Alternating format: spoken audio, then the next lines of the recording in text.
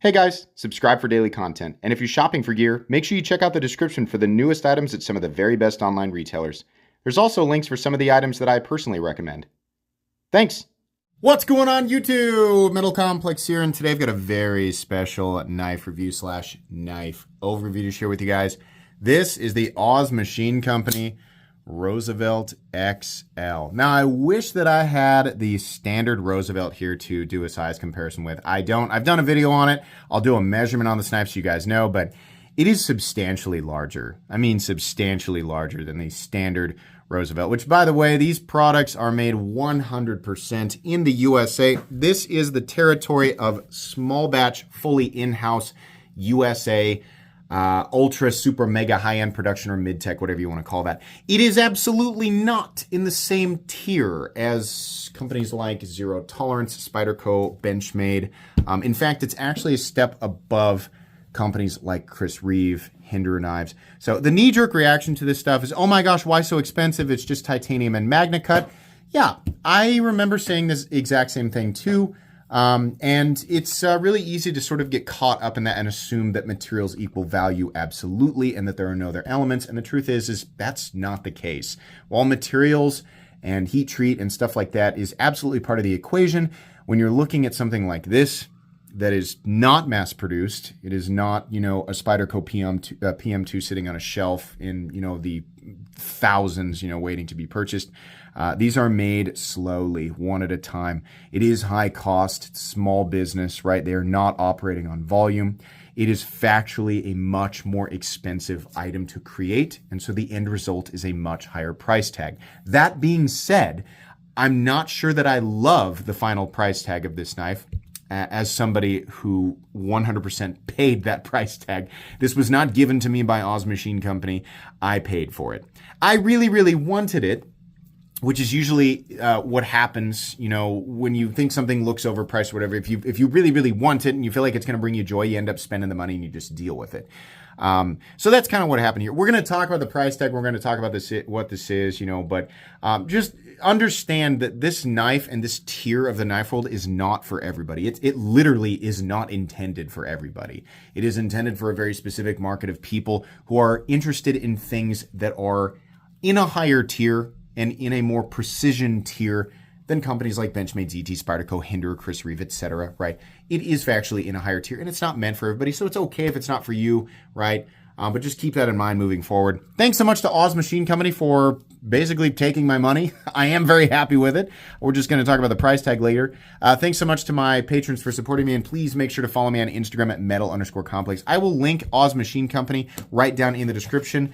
I don't benefit anything from those links. They're not affiliate links. But just understand you're not going to find products ready in stock. These are the types of knives where there's essentially, you know, a drop, and if you are super quick enough, you might be able to snag one, but that is simply the way that it is. It's not the best thing in the whole world, but when you have, you know, very, very limited availability and not intentional, it's just he's creating them as fast as he possibly can, and the demand is substantially higher than what he's able to produce. This is what we end up with, right? And it's, you know, it's been that way in the knife world in this tier for a very, very long time. So still going to talk about it in the event that you want to take some time out of your life to try and hunt one of these things down. I want to give this information to the people who actually plan on buying this. Let's go ahead and get a measurement. That's probably a good idea. This is a big knife. Wow. Now, it's not necessarily in terms of length. This is an 8.5-inch knife, and the overall blade length is technically 3.75 inches. Your cutting edge is 3.5 inches.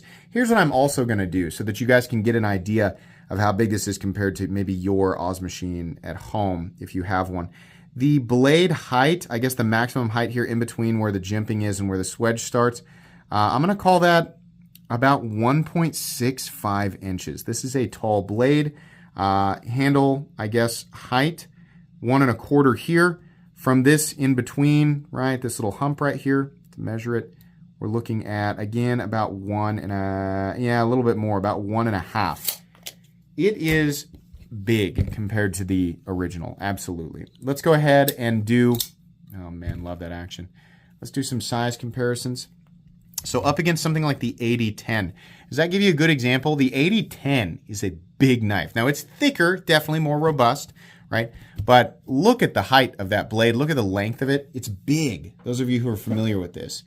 Up against the 80-20.5, obviously much bigger than that. Let's put it up against the Spyderco. Where are you, PM2? And the Spyderco Para 3. Obviously still huge. And then finally, let's put it up against the Benchmade Griptilian, or in this case, the Ritter Hogue and the Hogue Deca. All right, how's the action on this knife? The action is what you'd expect from a knife in this tier. Now, I'm not just talking about false shuttiness. I'm not talking about good detent. It has those things. And, you know, a lot of these partial or fragmented elements can be found in knives that cost less money, for sure. But it's part of the equation. It has the action that I expect, and honestly, a bit better.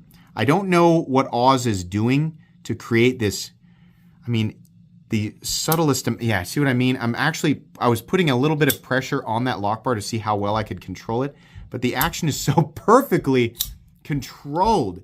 There's something to be said for a company that can figure out that sweet spot between too tight and so unbelievably guillotine smooth that it's actually kind of bothersome and worrisome to close it. It's so absolutely perfect. I dare say that, I dare say, is that something that I say? I dare say it isn't. This is the most ideal action that you could ask for in a knife like this because there's a lot of blade. So it takes some pretty professional understanding and tuning to get the blade to operate exactly this way when you're looking at, you know, a large amount of steel. It is very, very good. And I think my favorite part is this absolutely perfect opening hole area. This sort of half moon, this soft, like you cut a wheel of cheese in half. The access to it is enormous. It's so easy to get at if you want to do your, you know, sort of thumb flick or you want to do your finger flick. I don't think it could be better. It is simply the easiest knife to operate and deploy. If I was wearing gloves, and I do carry this, I don't take it out and beat on it. I didn't do anything like that, right? But I do carry and use this knife. I'm not afraid to use a knife that's this expensive. If you're familiar with my channel, you'll know that I own knives that cost 3, 4, 5, 6 times as much as this. And I'm not trying to, you know, make myself sound super cool, but carrying a $900 knife is not something that scares me as much as it used to. And again, we will return to that price tag, believe me. But I have very much enjoyed this. There's no part of the deployment that bothers me at all. Every single time that I open this knife, every single time I go to manipulate it in any way, it is just joy. And I know that people who have carried and used the standard Roosevelt have felt the same way because it's the same thing but smaller.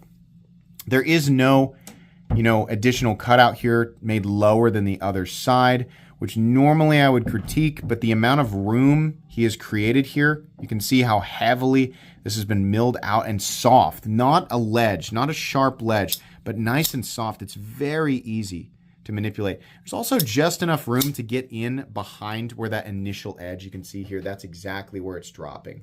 That is perfect. Gosh. And not to mention the detent.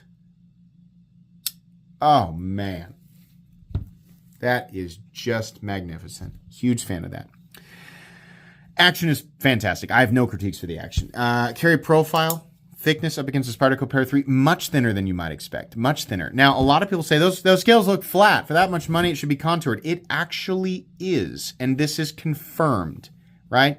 So if you're looking, you're like, oh, I'm not so sure it is. It is, factually. Talked with him. It is contoured very subtly, intentionally. So this is different than the standard versions of the standard Roosevelts. I hope that he makes that a regular thing. You can feel it. That's where I noticed it, was gripping this thing. I could feel it. So it is contoured, but it is thinner than the Spyderco Para 3, but that contouring makes it feel less like a flat, simple rectangle. I think the knee-jerk reaction to this knife and what I plan to see in the comment section, right? I left a little bit of room so that I could leave room for this to happen, and then you guys could go check so that my point could be proven. There's going to be a lot of people saying, it's just so simple looking. And for that much money, it should be more complicated. Or I want something more complicated, right? that's fine, right? As long as we include the for me or the what I expect, right? But not universally. And on top of that, simplistic aesthetics, initial simplistic aesthetics are not, it's not a huge part. In fact, it's a very minuscule part of the overall price tag, right? There is actually complication and, there's complexity in the machine work, but a lot of times noticing it's a little bit difficult when you're looking at this, right? It's almost, you're like looking at a two-dimensional, we live in the third dimension. I'm just saying you're looking at this and you're looking through a camera, right? Even if you have it cranked up to 4K, it does look very, very simple initially. And it's hard to equate the price tag to a very simple aesthetic until you have it in hand and can see it up close and can see all of the teeny tiny little details and realize what's going into it. You don't realize, not necessarily that I'm not trying to say it's completely justified in the price. I'm saying you don't realize exactly how much there is here until, you can look at it. So it's not that universally a more complicated aesthetic or design is justified in the final price tag. It's that different aesthetics appeal to different people in different ways, and what they cost to make varies greatly. There are so many other variables besides, is it a simple rectangle or triangle shape, right? We're getting caught up in the weeds here. But I know that that's going to be the case. I've heard it before, right? And I just want to offer, as somebody who's actually handling it, I want to offer some additional insight so that people, have the full picture, right? Anyways, let's go ahead and do the carry profile length and height up against the PM2 and Para 3. It is a tall blade, definitely. It is very tall, much taller, in fact, than either the PM2 or the Para 3. Lengthwise, it's about the same closed length as the Spyderco PM2. So you will notice that this is a larger than average knife object in your pocket. Fortunately, it's not incredibly heavy, and we do have some pretty substantial internal milling. So titanium and Magna Cut with a titanium backspacer and titanium pocket clip. We're looking at, honestly, not bad, 5.4 ounces. Let's compare that to a full titanium 8010. That's way more, way more. Now, there's a lot more material there, right? And there's a lot more steel there for sure, but this is much less, I think, than some people might have expected. It carries much lighter than this. It doesn't even feel, it feels more like a 4 to 4.5 ounce knife. It just carries a lot smaller. Let's go ahead and do a hardware check. I'm going to get out my tools as per usual. My tools are very inexpensive and very recommendable. You can find them right down in the section of my description that talks about the tools I use on this channel. I believe the pivot, I believe everything is a T8, which is really great. And that rhymes.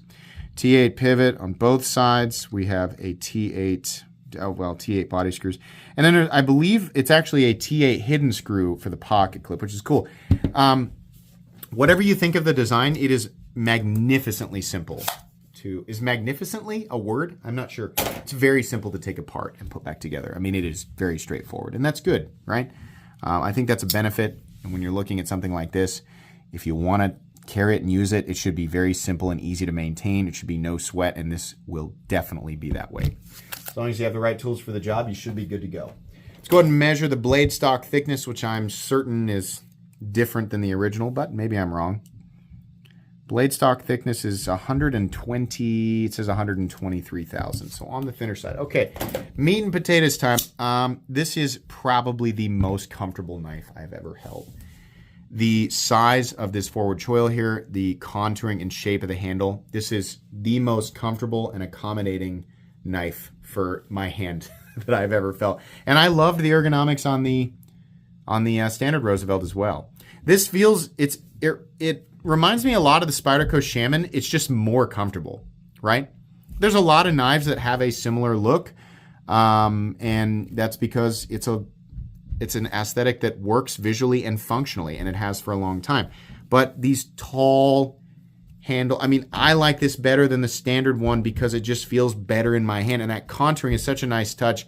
That subtle contouring makes such a huge difference between this and the standard. And I wish I had a flat version of the big one to compare to, and then I wish I had a contoured of the small one and a flat version of the small one to compare to.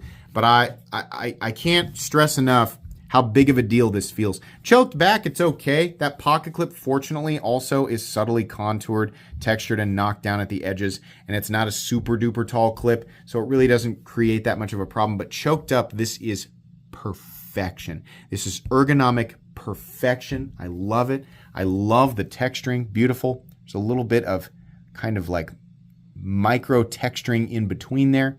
Very nice. A little bit of a polish there that we don't normally get with, like, for example, you know, people wanting to compare this to all the, you can get a Chinese production knife that's got textured titanium like that and it's $200. As somebody who reviews all of those things, literally all of them, not literally, but whatever it is that you're referring to, I've probably reviewed something from that company. This is different. It looks better. It feels better. It feels more refined. It feels more polished. Whatever the process is involved with this, this feels better. And I don't see titanium polished like this. It's finished like this. It's not, it just, everything that I felt from those companies that we want to compare to, it's fine, but this is better. It's, I mean, for a lot of people, it's not going to be $900 better or, well, $700 better, but it is better, definitely. It's no trick of the imagination. It is better. This is refined better. It feels better. It looks better. This is a fully finished product. Feels incredible. What you are paying for here, definitely a huge chunk of it is that fully finished ultra premium feeling that you just can't get from a less expensive knife in that Chinese production world, right? You can definitely get some nice stuff there, definitely. And it's fully justifiable at a fraction of the price for a lot of people. But is it going to be the same thing? Most of the time, no. This just really does stand out. I love all the chamfered edges here. It just feels great. And yeah, it looks like a simple rectangle until you get it in hand and you look up close, right? So the finish, basic stonewash finish. I wish it was a higher polish.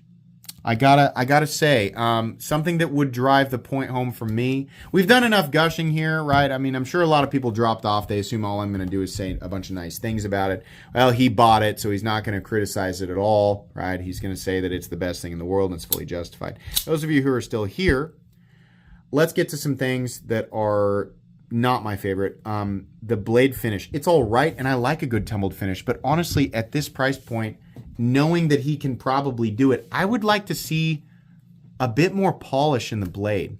I'm going to refer to what Brown Knives does on, I think it's Craig Brown. Why am I having such a problem saying this? Craig Brown, who is making knives arguably in the same tier, has a finish on his regular Cortex that is stunning. And it's a high polished tumbled finish. This might be a little tricky to achieve on Magna Cut, right? And it's probably not a cheap finish to apply, but my God, would something like that really help out with that price tag?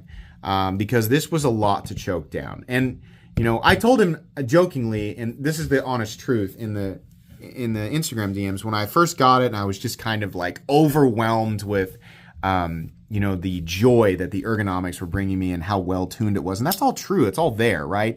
I really felt that initially, and my senses were overwhelmed, and I said, it was the easiest $900 I've ever spent, right? Now, I know as well as any other seasoned knife guy that once you calm down from that a bit, you know, it's a little bit easier to be critical of little tiny things that you might not love as much. I think the finish is fine. It looks great. It is certainly utilitarian, and it will wear beautifully over time. In this tier, though, I like to see a much more luxurious finish, right? I love, for example, the finish that's on the Taichung Taiwan Spyderco Python. I think that's beautiful. Brown Knives does it on the smaller Cortex, the standard Cortex. Holt does it on the Morpheus model, right? I don't like some of the more media blasted, you know, stuff that like there's not the Morpheus? It's the Holt, whatever the original one was. It's the high reflectivity tumbled finish. I just love that high polish look. It doesn't have to be a mirror polish. I like that high polish look, and that's something that we don't see as much. Right now, on to the performance of the blade. Right, let's give credit where it's due. Holy crap, 63 to 64 Magna Cut. Yeah. Definitely. I had somebody in the comments say, you know, $900 and it's just Magna Cut. It stops being about the materials. Like there's a certain blade steels, like there's lots of different things that you can see in price points, right? Damas steel, you can even see Damacore sometimes this price tag. M390, M398, S45VN, RWL34, blah blah blah, right? There's like a huge pool of premium knife steels that you could see anywhere from $150 all the way up to $10,000. It stops being so much about the material itself, while it is still partially about the material itself, and it becomes much more about what they do with that material. And we expect things to be heat treated properly at this price point, which this is. Nobody's going to argue that this is the wrong heat treat, right? So this is all great. Exactly what we want. MagnaCut, super premium steel, excellent.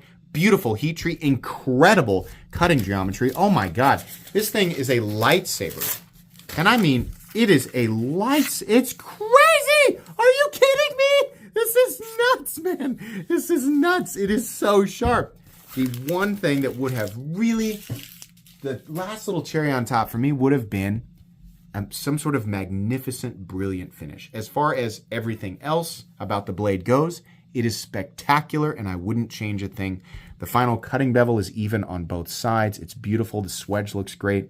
Right? The jimping is actually functional and complements the index finger position well. It's awesome. This has also been knocked down on the inside. It doesn't look like it has, but it has. It's very comfortable. This is a very premium US-made object. It's a luxury object, right? But it's also made to be used if the user chooses to, right? That user, that market that they're after here, knows perfectly well that they can go down and get a $15 Milwaukee Fastback, and it'll also cut, right?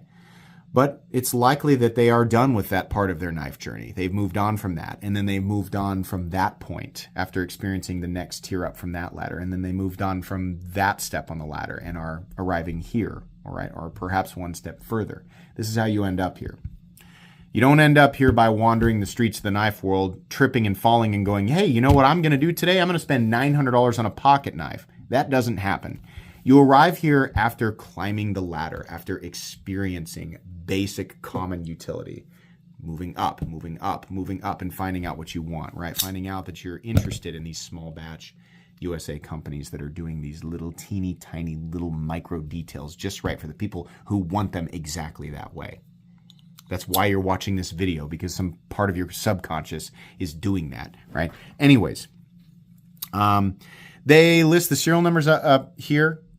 It says Oz. This one's number 14. I'm aware of that Facebook post from that guy offering a lot more for it. Thank you. Thank you for your interest. I'm not going to sell this. I thought that was funny. Moving on. Just beautiful ergonomics. I've talked about this. I also really like how we've got bevels on either side of the backspacer and the inside of the frame. That's nice. He could have left that sharp. He didn't. That just gives the light something to dance on as you move it around. It's simple. It's straightforward, but it looks good. He could have just made this perfectly flush, and he didn't. It just looks good, right? Right hand only. It'd be nice if there was an option for lefties. As far as I know, it's not the case. The pocket clip is just great. This curved ramp in and out of the pocket is just beautiful. Even riding on the texturing, beautiful. Super smooth in and out of the pocket. No lanyard hole? Who cares? Not me, that's for sure. Plenty of depth in terms of carry. Just really, really easy in and out of the pocket. There is a steel lock bar insert doubling as the over travel stop. I think it's cool that the screw head is not on the outside, it's on the inside. Looks nice, I like that. There's a stop pin located way in there. Still traditional spot. A little tiny bit of shouldering, no blade play up, down, left, or right. Runs on bearings, no lock stick, no double clutch, no pivot lash. Everything you'd expect, right? Something like this factually costs a lot more money. I know I keep saying it over and over again, but there's going to be people aggressively missing the point. And I'm going to continue to steamroll back over those comments and say, this is how it is. I'm giving you facts about the pricing here. This costs more money to create than the Miguron you bought off of Amazon, right? Or whatever you bought that's partially made in the USA that's using MagnaCut, or, you know, that's fully China, or this type of thing costs more money to make. It's a longer process. There are fewer people involved. They cannot afford to operate on volume, and they don't have the capacity to create the volume, right? So things like this, there's generally an enormous of additional attention that goes into each individual product. And You can feel that. That's why knives like Brown knives and Herman knives and Koenig knives and Holt knives and Oz, right? There's a bunch of other ones. That's why people, you hear people say, yeah, I was like, how could they cost so much money? And then I handled it and I thought, oh man, it's not a trick of the imagination. The price tags aren't always justified, but the one consistent thing that you'll hear from people who've actually handled them is, maybe I went to a show, I didn't buy it, but yeah, it turns out there is a difference, right? You'll hear that. It's not imaginary, it's real, and it's because there's more attention that goes into each one of these. Is the price justified? I don't think the $900 for this is a great price tag. I think $750 made a lot more sense. I think that's the base price for the standard Roosevelt. I think that makes a lot more sense to me. But this type of product is truthfully going to come down to, the individual, right? This is not a knife that everybody needs. In fact, this is a knife that literally nobody needs. But if you're here, you've already decided, I don't care if I need it or not. This is the level, this is the tier of the knife world that I appreciate, right? This is the stuff that I want. I don't buy this stuff because I need it. I buy it because I want it. And it's these little teeny tiny things that I appreciate. This is the type of stuff that I like to seek out. And clearly other people do too. Other people have picked up on this because otherwise there wouldn't be demand for this stuff. I think really, really lazy people like to chalk everything up to artificial scarcity and demand driven by stupidity. I think that just makes them feel smart, and realistically, they just don't know. You're not going to know until you experience it, right? It's the same thing I always say on this channel. You won't until you will, right? You write me a book on, all the reasons not to buy something like this, but you're already here, you're already paying attention to it. All it's going to take is the right thing. Right? You find the right thing that looks the way you want it. You think you won't spend the money on it if you have it? You will. You might not have the money at one point and have the money later, but as soon as you have it, you see something you want and it checks all the boxes, you'll do it. We're all human beings. We do that, right? So, if I'm being the objective part of me, what I'm trying to be as objective as possible is no, I don't think this is a $900 knife. It is a very, very nice knife, and I can understand why people go nuts for it. I mean, I did. I paid for it, right? And it's one of those knives where if you buy it, it's going to be worth more than what you paid for it. This is definitely a knife that is deserving of the tier that it's in. It's just high, right? So I think the work is amazing. I love the knife. It is legitimately one of the most comfortable knives I've ever handled. It is one of the most slicey blades I've ever handled. And I love that we're hitting the numbers here. I think a super high polish, not a mirror, I understand that's kind of asking too much, but a much higher polish on this tumbled finish would really help drive, it would make people like me feel better about spending $900 on something like this, right? And it would really help them stand out, I think. So yeah, I hope everybody understands where I'm coming from here, right? I know that there's nothing I can say. When you talk about expensive knives on YouTube, there's nothing you can do. People are going to criticize, right? But it's not to change the minds of those people. It's to help new people understand. Because if you're new to the knife world, you got a lot of people screaming in your ear about stuff like this, right? And what's important is that you get the right information, right? You shouldn't, be driven completely away from something like this from people who don't know what they're talking about. You also shouldn't be forcibly sold something like this from people who are not giving you all of the information. But you should take in what is true, right? And be given enough information to be able to make a decision for yourself. This is the type of object that collectors and enthusiasts buy to make them happy after they have explored different tiers of the knife world, after they've climbed a ladder and have decided that this is the type of stuff that I enjoy. It might be a bit overpriced, but these are the elements that I appreciate, right? And it doesn't matter what anybody else thinks. It matters what's going to bring you joy and what you're able to budget for, what you can afford, what's available, right? Etc. I hope that makes sense. Huge fan of this. This is going to go in my favorite knives of all time, but not my recommended knives because it's just simply too much money and too rare for the average person. It just is, right? But is it a favorite of all time? You betcha. Absolutely. That's going to be it today, guys. Thanks again to Oz Machine Company. Please, this will stay in my collection forever. Please make sure to follow me on Instagram at metal_complex. If you enjoyed this video, leave a like. If you'd like to check out my other content, I do, of course, have lots of videos of knives that are either expensive or inexpensive that I do or don't like, so check those out. And if you enjoy all my content, go ahead and click on that Metal Complex logo right there and subscribe because there's definitely more coming. Thanks again for watching, everybody, and have a great day.